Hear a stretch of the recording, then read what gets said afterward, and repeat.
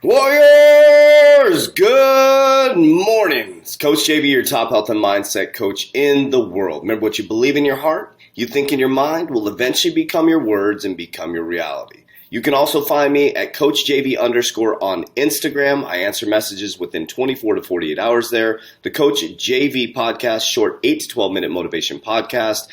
TikTok, CoachJV_. Let's go ahead and get it kicked off, Warriors. Down below in the description, before we go into this today, a lot of people have asked, JV, what do you invest in? I have you get access to my exact portfolio. Cryptocurrency call on Thursday. Today we're going to be going over detailed exit strategies. Our Warriors will have homework after today's call.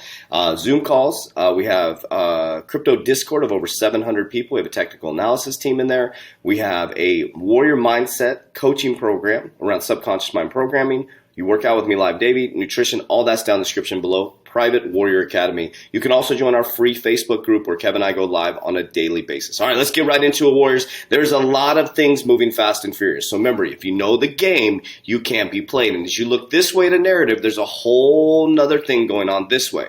Now, there's a lot of announcements coming out. Ripple is in the news. The beautiful thing about this, bad news is great news. It gets the retail space involved. And those who are invested now are just waiting for retail adoption. We're waiting for the FOMO, the fear of missing out, when people come rushing into the space, Warriors. So every time there's something new, whether it's big, whether it's good, whether it's bad, it's good news. Now, we're in the biggest bull run in history right now. And if you don't know the game, you're going to get wrecked. But Warriors, not a financial advisor, not finance, you have the opportunity to create generational wealth. There'll never be an opportunity like this again in history.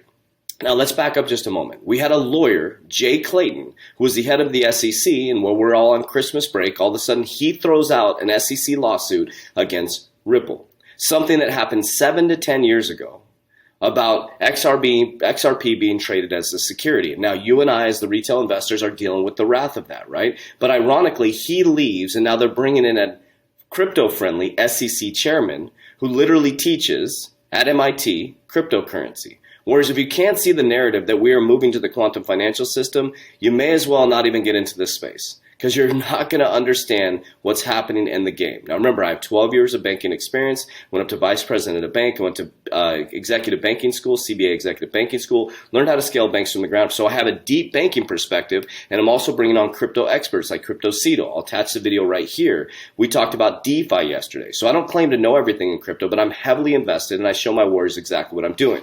But yesterday, Brad Garlinghouse, they submitted to the SEC this is beautiful. So what I'm going to do is I'm going to read the first part of it, and then I'm going to kick it over to Jeremy Hogan. I'd highly recommend you go to his YouTube channel, Attorney Jeremy Hogan. Nor am I a financial advisor, and he's not giving law advice. He's just sharing information, right? But Brad Garlinghouse tweeted this yesterday on his Twitter as March 3rd, 2021, and this is SEC versus Ripple Labs, okay?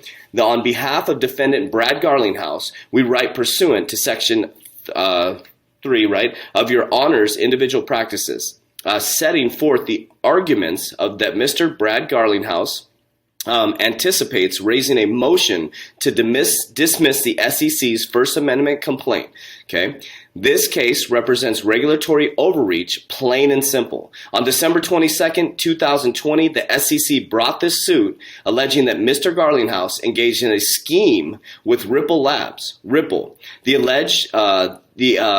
what's allegedly had been taking place under the SEC's nose since 2013 to continuously and unlawfully sell XRP. We have to listen to what he's saying, okay? That allegedly, had been taking place right under the SEC's nose since at least 2013 to continuously and unlawfully sell XRP, with which transactions the SEC alleged should have been registered as a security all along under Section 5A and C, the Securities Act.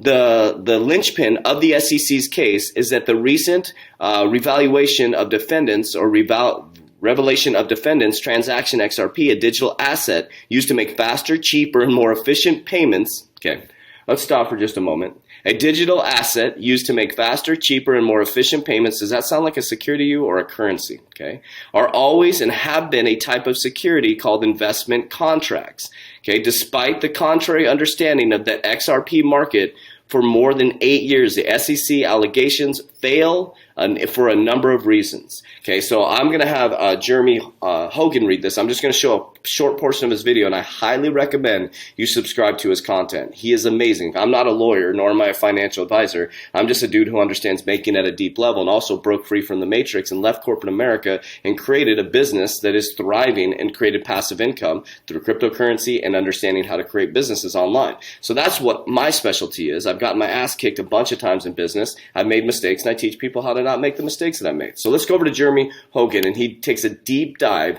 in regards to the SEC case. I'm just going to show a short portion. Please go over to his channel, like, subscribe, comment. This part was the best part that I felt Jeremy Hogan covered. Quote, but it is worse than simply a pleading failure. The SEC's own allegations demonstrate that, like the market more broadly, Mr. Garlinghouse was inundated with evidence that defendants' transactions on XRP were not investment contracts, undermining any suggestions that he understood that he was associating himself with something improper. Right when Mr. Garlinghouse joined Ripple as COO in 2015, the company finalized a public enforcement settlement with the Department of Justice and FinCEN on the basis that XRP was a virtual currency, in which the company agreed to undertake remedial steps applicable to currency transactions and inapplicable to securities transactions. So Garlinghouse goes to work at Ripple, and one of the first things he gets embroiled in is some legal issues with FinCEN, where FinCEN, a department of the U.S. Treasury, ends up finding that XRP is a currency. Repeat, the U.S. government said in 2015 that XRP is a currency, which The U.S. government said in 2015 that XRP is a currency. XRP and Ripple met with the SEC every single month since their inception. That's why Bitcoin maximalists hate XRP. They call it the banker coin. is the opposite of a security. And then again in 2020, FinCEN said the same thing. That's a tongue twister. And now we know not only this, but also that the investigation by the SEC took 30 months before the lawsuit was finally filed. And if it's such an obvious thing that XRP is a security and that Garlinghouse and Larson should have known right away, why did it take the SEC and its thousands of lawyers 30 months to figure it out? And now we also know from the pretrial conference that an exchange approached the SEC and asked the SEC if XRP was a security, and the SEC... Okay, I'll leave you to go watch his video, okay? Now, one thing that I want to share with you guys, and I'll attach this video down in the description. So one thing I want to share with you guys is think about what he just said, okay? They met with the SEC every single month, and they're claiming that Ripple did this all underneath the SEC's nose. But a government agency said that XRP is a currency, and then also, I think it was Coinbase that reached out to, maybe don't quote me on that, but one of the exchanges within the other document that we read is that basically they approached the SEC and said, hey, are we doing anything wrong? And they said no. So basically, they were allowing them to trade it as a currency. So an exchange approached them. So that shows that us retail investors got hurt by this case because they were approached. Their hundreds and hundreds of lawyers said that it's not a they're basically, one government agency said it's a currency. Okay, so are you guys seeing the narrative here? And then all of a sudden, read between the lines, warriors. A lot of people are saying this is not good for XRP. This is amazing for XRP. Ripple to support central banks through a private version of XRP Ledger. The new version will help central banks in the issuance of managements of CBDCs. The Ripple, a San Francisco-based blockchain company, announced that the company is testing a private version of XRP Ledger to support central banks in the issuance of central bank digital currencies, CBDCs. The company mentioned that the CBDC private ledger is built for payments. According to the official announcement, the CBDC private ledger is based on the same blockchain that powers XRP Ledger. Additionally, Ripple highlighted the growth of interest in CBDCs around the world and mentioned the arrival of the world's first CBDC is inevitable. We know it's inevitable. The blockchain company mentioned that most blockchain public ledgers lack the privacy a central bank requires. Ripple added that the private ledger is more suitable options for central banks to issue management CBDCs. Several digital currencies have been issued on the XRP ledger over the past few years. So I hear a lot of people saying this is horrible for XRP holders, right? Warriors, XRP is already running with hundreds and hundreds of institutions. It's doing billions of transactions. It's already up and running, ready to go. If the private sector starts, they keep saying, listen to the words, the private sector is going to link up with the public sector, with the government, to move us into the quantum financial system, into this new fourth industrial revolution. Warriors, this just gets XRP out there. If XRP truly starts working with the central banks, that is going to create retail adoption.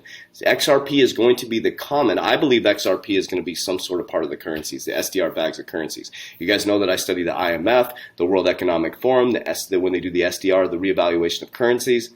I've said on my videos, it's documented, that I feel that they are going to be part of the world currency. And this is just one shot fired as we move forward. So we got Brad Garlinghouse firing back at the SEC. We know that the SEC, government agencies have said it's a currency. I believe this is all a narrative to shake out the retail investors, because there's about 2,500,000 people invested in XRP if you look at the XRP richest list. Now that's wallets, right? So that's probably even less. So we are a small percentage of the population that's about to become the uncommon 1%. Now I want to keep reminding you, so I want to go back to this presentation. So let's think about what's happening right now, right? So we have 2020 to 2025. In 2020, we had a pandemic. Everybody started looking this way as there's a whole nother narrative going on this way. And so through 2020 to 2025, this is what you're going to see. I showed you this before we saw this announcement. Do you guys remember that? I showed you this last week before we saw this announcement. Did I predict the future? Here we go. So I showed you this before we saw this announcement, that Ripple to support central banks through private version of XRP. Now here we go. Let's go back to what I showed you last week. And one of my warriors sent this over to me. So John, thank you so much. So we look at this. Here's the XRP ledger. This is what it's going to look like by 2025. The global RTG will remove friction and cost risks from cross-currency transactions. They're slowly and methodically moving us to the XRP protocol. Just my opinion, not a financial advisor, not financial advice. That's what I'm doing, my focus. None of us know what the Wizard of Oz is doing, but they're giving us hints. They're giving us hints. They're giving us hints of what's happening, Warriors. This is all to keep our eyes looking over here so we can move away from it as they move us to the new quantum financial system and fourth industrial revolution. So I just wanted to share you that, guys. This is what I believe the banking system is going to look like, and it's all going to be run off the XRP ledger. And those who held on like a tick on a dog are going to become rich by association. I just want to leave you with this fun video here. So a lot of big time people who talk crap about cryptocurrency are now eating crow. So Shark Tank's Kevin O'Leary, the real deal behind his Bitcoin. So now he was the one talking crap about Bitcoin, and guess what? He's getting in the game. Let's go. Idea of crypto. We are getting the lowdown from the man himself today. Kevin, welcome back to SansburyInvestor.com. Thank you for joining me. Thank you very much. So Kevin, just, I have to say, when someone's forwarded me the news item yesterday, and I couldn't believe it, because I've interviewed you so many times in the past where you were not a fan of Bitcoin. You had called it a nothing burger, a garbage investment. So I called Nancy, your director of public relations, and I said, is this fake news? And she said, no, it's true. So I was like, I need to get Kevin on and know, why the change of heart?